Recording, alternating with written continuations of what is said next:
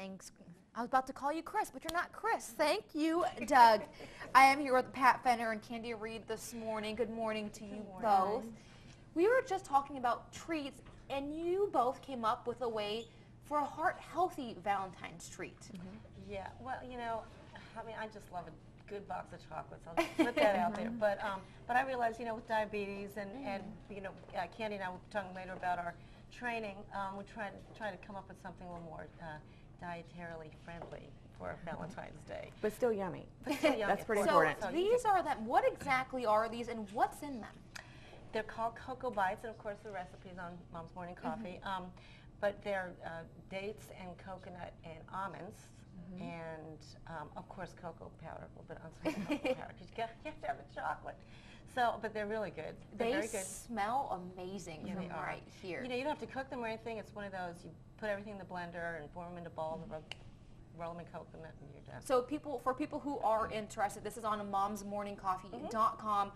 But can you do a step-by-step process of how you've made them? Are there certain ingredients that you have to put in first, or? Take out the food processor and pour in 2 cups of dates, or 10 ounces of dates. You can get a box of them. A cup of coconut, a cup of almonds, and a quarter cup of cocoa powder. Right. And then put the lid on and put it on, press the button, and then just form balls from it. I mean, and then roll them in the cocoa. Yeah, the coconut. It really takes about 15 minutes. How did you come up with this? This is one of those recipes. I accumulate recipes, and honestly, I have this little notebook that I have in my purse.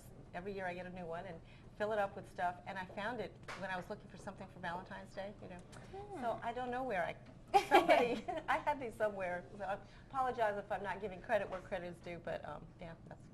And this is on momsmorningcoffee.com if you are interested in attempting to make these. They smell fantastic. But when we come back next, we're going to talk about a couch to 5K and their personal experience on preparing for a 5K.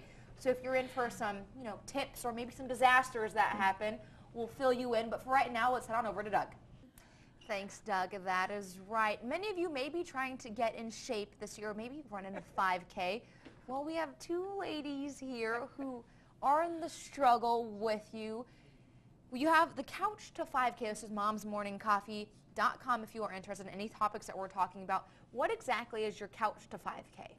We found it online because we had this bright idea. I'm not sure whose idea it was. It wasn't my idea. I'm trying to get over it. But we had the idea to do a 5K, which is going to be the end of March. And knowing that we really don't do a lot of exercise, we decided we wouldn't want to just go in there cold turkey. So we found a program online that kind of trains you 3 days a week. You get outside and you do a little bit of jogging, a little bit of walking.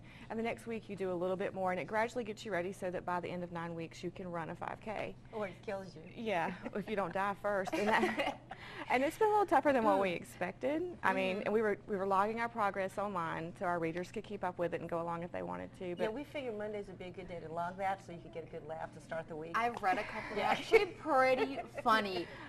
What's probably the biggest struggle that you've had with trying to get ready for a 5K? Getting off the couch. I mean, seriously, just getting out there and doing it is hard. I mean, just where I wasn't expecting how out of shape. I mean, I knew I was out of shape, but it was like a reality check, how much the shins hurt or whatever. So what we're doing now is we're kind of not sticking with the program as much as we had wanted to. So we're choosing to call it like a reset. Not really, we wouldn't call it a defeat. We'd call it a redetermination. Refocus. Yeah, so we're just making sure that we do something, jogging, walking, exercise videos, hula hooping, something at least 3 times a week so that when we get out there and do that 5K, we're not going to be limping and dragging across the line. And you both said getting off of the couch was the hardest part. What motivated you to get out of the couch and out and about? Okay, first of all, it's self-defense. Figuratively speaking, get off the couch. I mean, she's got 4 kids. We've got 3 kids. You know, well, yeah, we do. Yeah, so I mean, we do things, but in terms of an exercise program, or you know, that we don't do that. I don't know. What motivated me was I didn't want to look like an idiot on race day. I mean, and we did a post about, you know, the legacy run for life, and we thought, oh, this would be a good thing to do, and hey, then we kind of thought it would be good to do it, and realized. And now we're blogging about it, so we can't quit.